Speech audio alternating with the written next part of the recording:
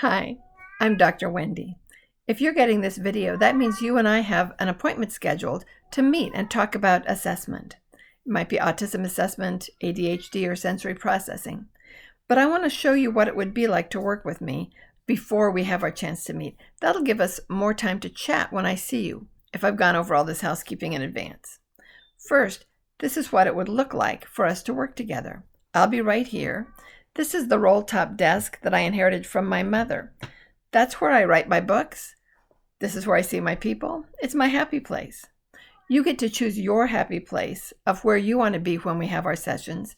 And that means having anyone, people, or pets, or snacks or drinks, pillow, blanket, fidget objects. Speaking of pets, if you ever hear my cat during our session, don't believe him.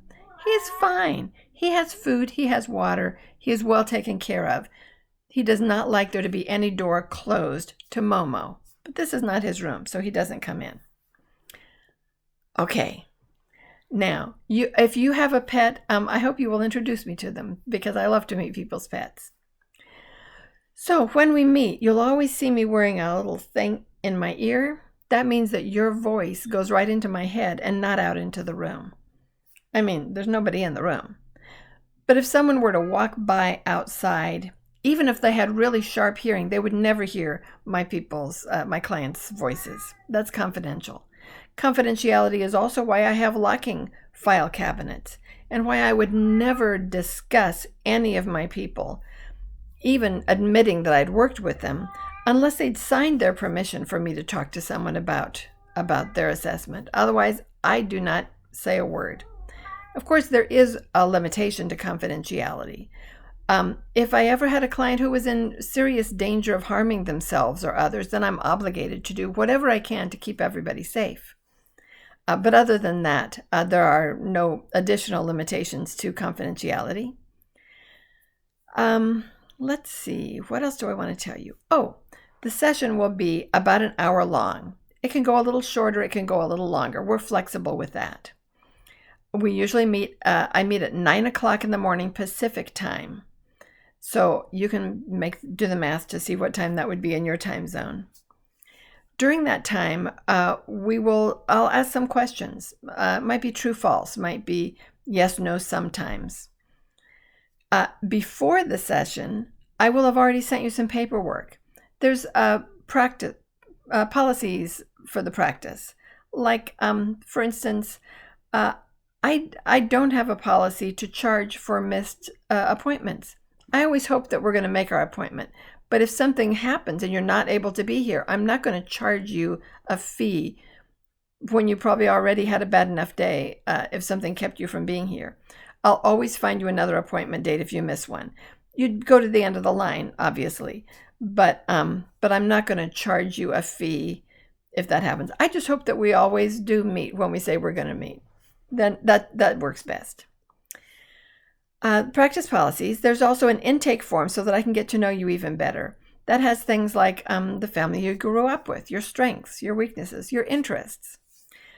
And another one is the payment authorization form. You put in your credit card information. They don't tell me your credit card number. That's private.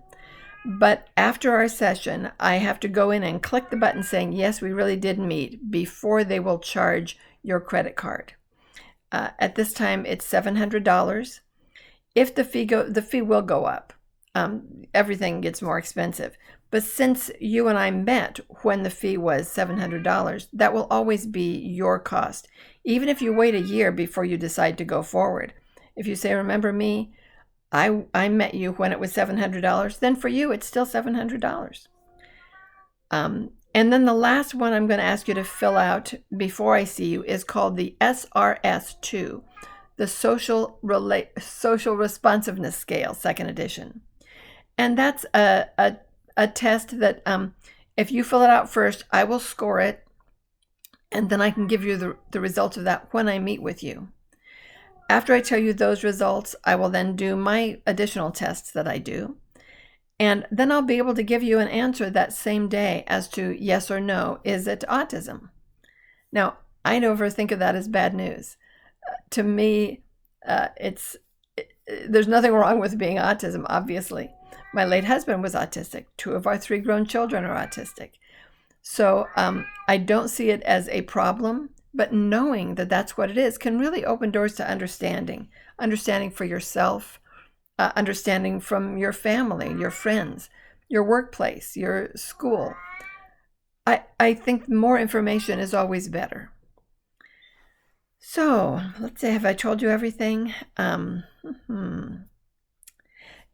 can't think of anything else to tell you. So when I meet with you, you can ask me any questions that you have, and I'll get to know you a little bit better too before we embark. If we choose to embark on this autism assessment together, then we'll know each other. We'll know what to expect.